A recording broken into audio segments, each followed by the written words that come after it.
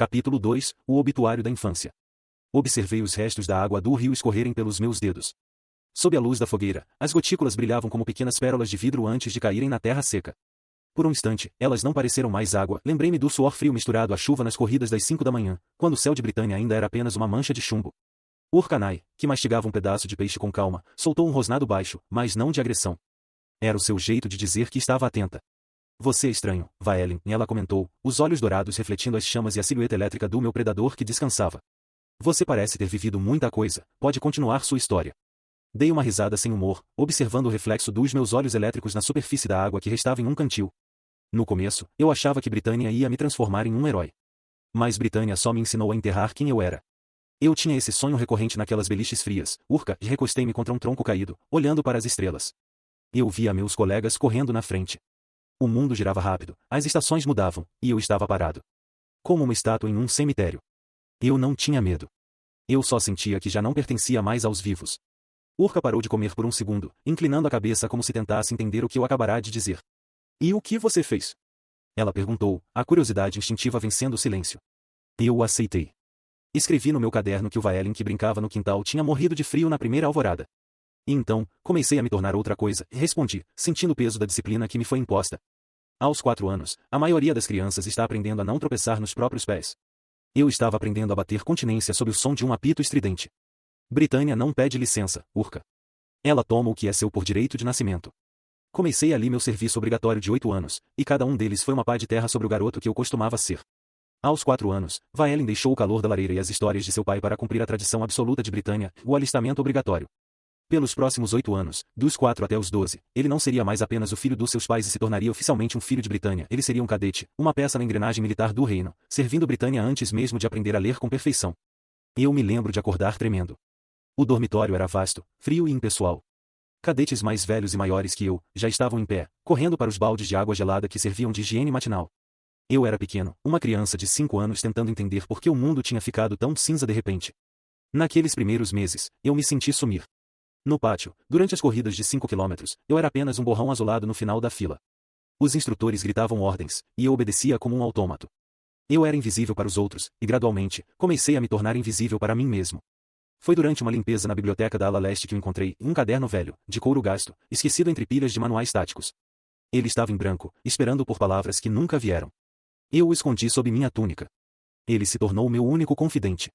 Eu não escrevia sobre as flexões, os agachamentos ou as barras que faziam meus braços queimarem. Eu escrevia sobre o que estava morrendo dentro de mim. Eu percebi que, a cada dia que o exército me moldava, ele apagava um pedaço do Vaelin que vivia na floresta. Cada lição de manuseio de armas de madeira era um prego no caixão das minhas memórias felizes. Certa noite, sob a luz trêmula de uma vela contrabandeada, escrevi o que eu sentia. Hoje o cheiro do pão da minha mãe morreu na minha mente. Foi substituído pelo cheiro de ferro e suor. Engraçado como as coisas morrem sem fazer barulho. Eu olhava para aquelas palavras e entendia. Eu não estava apenas treinando para ser um soldado. Eu estava observando o meu eu anterior ser enterrado, camada por camada, pela disciplina bretã. A morte era sutil. Ela era o silêncio entre o que eu era e o que eles queriam que eu fosse. No calor da fogueira, afastei os restos do peixe e olhei para a Urca. Meus olhos elétricos brilharam com uma melancolia que não combinava com o céu estrelado e calmo de Girdvin. Eu comecei a entender ali, Urca. O quartel não me preparava apenas para matar o inimigo. Ele ensina que, para o novo ser nascer, o antigo precisa aceitar o seu fim. Eu era uma criança de 4 anos escrevendo o obituário da minha própria infância. Urca inclinou a cabeça para o lado, observando o meu predador azulado que ondulava silenciosamente perto da margem do rio. Seus olhos dourados brilharam com uma intensidade selvagem, como se estivesse farejando a verdade nas minhas palavras. E o que mais você escreveu naquele caderno? Ela perguntou, sua voz direta, desprovida de qualquer cortesia desnecessária. Eu sorri de canto, um gesto que não alcançou meus olhos, enquanto sentia a estática da minha marca formigar no pescoço. Escrevi sobre como é ver o mundo através de olhos que esperam o fim de tudo. Quer ouvir sobre o ranking? Foi quando a escrita parou de ser apenas sobre cinzas e começou a ser sobre sangue. Urca permaneceu em silêncio, a mão apoiada sobre o joelho, observando como eu tratava o falecimento das minhas próprias memórias como um evento natural. Quero sim, sua história é interessante, ela disse, finalmente, com um tom curioso. Peguei o cantil de água, sentindo o frescor do rio. Eu me escondi atrás dos números, Urca. O ranking semanal foi meu melhor disfarce. Aos 7 anos, Britânia decidiu que já tínhamos brincado de soldados o suficiente. Foi quando os combates individuais começaram. Todas as semanas, o sargento pregava uma folha de pergaminho nova no pilar central do refeitório. Era o ranking. Para os outros cadetes, aquela lista era motivo de orgulho ou vergonha. Para mim, era algo mais profundo. Eu ficava parado ali, observando os nomes subirem e descerem, e parecia que eu ouvia o som de uma engrenagem gigante girando debaixo dos meus pés. Havia uma verdade absoluta naquele papel: para alguém subir, outro tinha que cair. Era o destino escrito em tinta preta. Lembro de um garoto, Arthur. Ele era rápido, um dos melhores da nossa ala. Mas, em um duelo simulado, ele hesitou. O ranking da semana seguinte o jogou para o final da lista. No dia seguinte, ninguém mais falava com ele. Os instrutores nem o olhavam nos olhos. Ele ainda estava lá, respirando e treinando, mas para a Britânia, ele tinha deixado de existir. Abri meu caderno naquela noite e a pena parecia carregar o peso de uma âncora. O Arthur morreu hoje. Ninguém fez enterro, ninguém chorou, mas ele não está mais aqui. O que sobrou na cama ao lado da minha é apenas uma sombra que veste o mesmo uniforme. É assustador como a vida simplesmente passa por cima de você e continua seguindo em frente, indiferente ao que esmagou pelo caminho. Eu vi o brilho saindo dos olhos dele e foi como se uma chama tivesse sido apagada por um vento frio que só eu senti. Eu comecei a observar as pessoas para entender o momento exato em que a vontade de ser de alguém se extinguia. Nos combates individuais, eu não olhava para a espada do adversário, eu olhava para os olhos dele. Eu esperava o momento em que a energia dele parecia ir cansar. Quando esse frio o batia, eu o atacava. Você fala como se estivesse farejando o rastro da morte em cada canto, e ela comentou, sua voz misturando-se ao som da água. É isso o que vocês veem? O fim de tudo que cruza o caminho?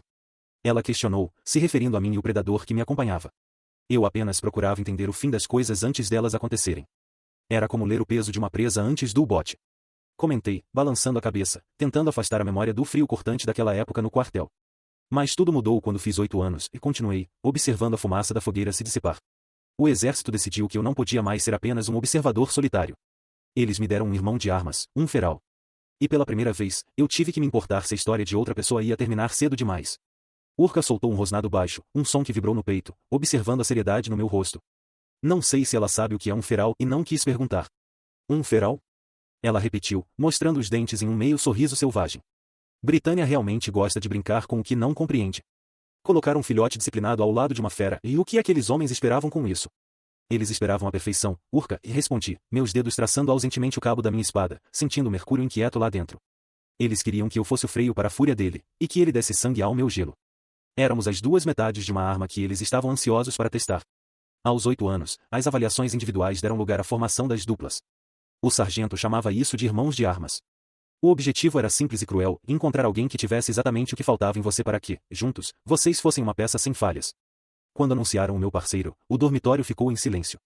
Ele não era apenas um feral, era a fera mais temida da nossa turma. Ele era o guerreiro bretão idealizado, e força bruta, uma determinação que parecia inabalável e instintos que o faziam reagir antes mesmo do perigo aparecer. Mas ele era um caos. Ele rosnava durante as inspeções, quebrava as formações para atacar primeiro e ignorava qualquer tática que não envolvesse sangue no aço. E eu? Eu era o cadete perfeito em tudo o que ele não era. Silencioso, disciplinado, a personificação da ordem que meu pai insistiu em me dar. Passamos a treinar juntos 1h30 por dia sob o sol escaldante. Eu observava como os instrutores batiam nele, tentando ao mesmo tempo tentar conter ele e quebrar a fera para que sobrasse apenas o soldado. E, mais uma vez, eu vi a roda girando no escuro. Abri meu caderno após uma semana de treinos intensos. A escrita estava ficando mais firme, mas o tom nunca mudava. Eles me deram um irmão feito de garras e dentes. Ele é como a tempestade que meu pai dizia que eu carregava nos olhos, mas sem o céu para segurá-la. Eu vejo o que Britânia está fazendo. Eles querem matar o animal dentro dele para que o guerreiro possa nascer. Mas eu me pergunto, e se você mata o que faz dele vivo, o que sobra? Eu olho para ele e vejo um incêndio que eles estão tentando apagar com baldes de disciplina gelada. É uma forma diferente de fim. Uma morte que acontece enquanto você ainda está gritando. Muitas vezes, enquanto ele cumpria punições extras por indisciplina, eu ficava sentado por perto, escrevendo. Ele me olhava com desconfiança, mas eu via o cansaço na alma dele.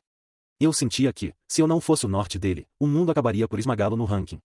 Eu estava aprendendo que meu papel não era apenas observar o fim das coisas, mas talvez, apenas talvez, transformar o fim de quem estava ao meu lado ou mostrar um novo recomeço para aqueles que precisam morrer totalmente.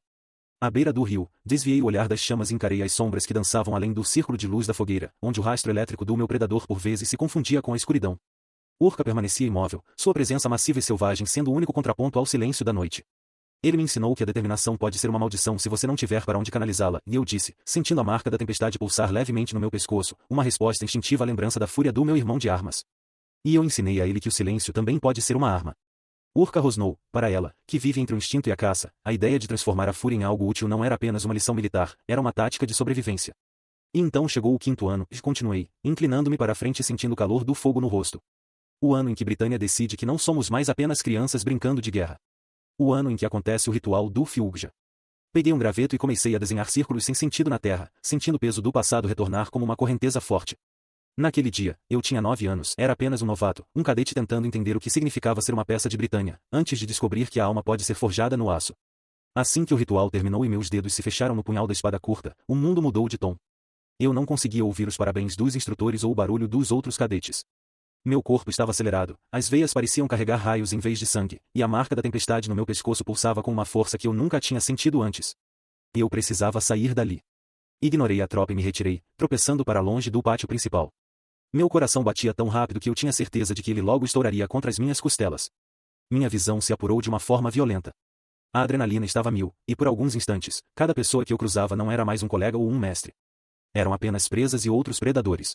Eu olhava para aqueles que eu sabia que venceria em um duelo e sentia uma vontade primitiva de partir para cima, de encerrar aquela história ali mesmo. Os outros, mais fortes ou em meu nível, eu via como rivais, como ameaças que precisavam ser medidas. Eu não conseguia distinguir a disciplina do instinto. Foi quando eu o vi, ao longe.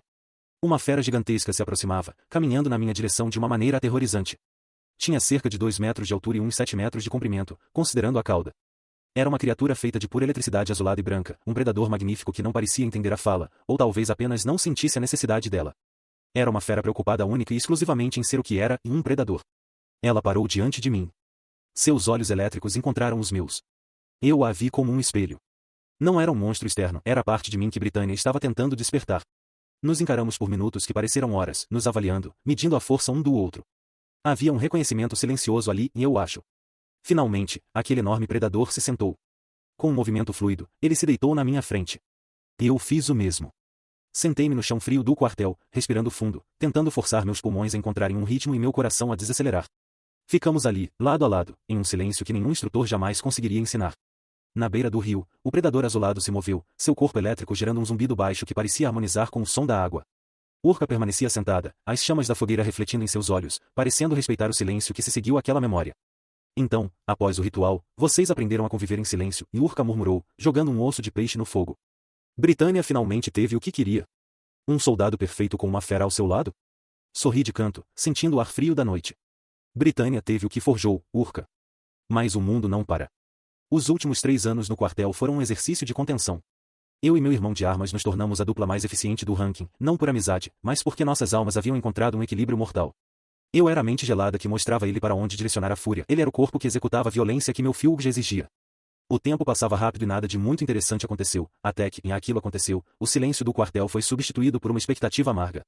Os santos, as maiores forças do reino de Britânia abaixo apenas da deusa rainha Cirila, partiram para o abismo. A notícia chegou com cerimônia, orgulho, hinos e orações. Mas tudo isso durou pouco. Poucas tempo depois, a mensagem chegou. Dos 10 santos enviados, apenas 3 retornaram vivos. Ninguém falava sobre o que haviam visto. Ninguém dizia o que aconteceu lá embaixo. Só o silêncio ficou. Um silêncio tão pesado que parecia ecoar pelos corredores do quartel. No dia da graduação, não houve festas, acho que o clima ainda estava ruim pelos santos. Recebi minha patente de cadete formado e o direito de partir. Enquanto os outros comemoravam, eu voltei ao dormitório uma última vez. Peguei meu caderno e escrevi a última entrada daquele capítulo. Hoje, Britânia diz que estou pronto. Eles acham que me transformaram em uma arma para o reino. Mas o que eles não sabem é que eu não sou deles. Eu sou da tempestade da morte que eles mesmos me ensinaram a observar. O Vaelin de 4 anos ficou enterrado neste pátio. O que sai daqui hoje é apenas o condutor de um predador que aprendeu a esperar. Saí pelos portões de ferro sem olhar para trás. Eu não levava medalhas, levava apenas meus poucos pertences, minha espada curta e a certeza de que a próxima parte da minha história seria escrita com magia e não apenas com sangue. Na beira do rio, deitei-me sobre o manto, olhando para a imensidão estrelada. Urkanai já se acomodava também, sua forma massiva emitindo um calor que afastava o frio da madrugada. Amanhã, eu disse, a voz quase sumindo no sono, e eu te conto como foi chegar à Torre de Prata. Lá, as sombras eram diferentes. E lá, eu conheci o segundo rosto que mudaria o meu destino. Urca soltou um rosnado satisfeito e fechou os olhos. O silêncio da floresta nos envolveu, e o predador de 7 metros se enrolou ao meu redor, protegendo o sono do mago novato que, enfim, estava deixando ferro para abraçar o arcano.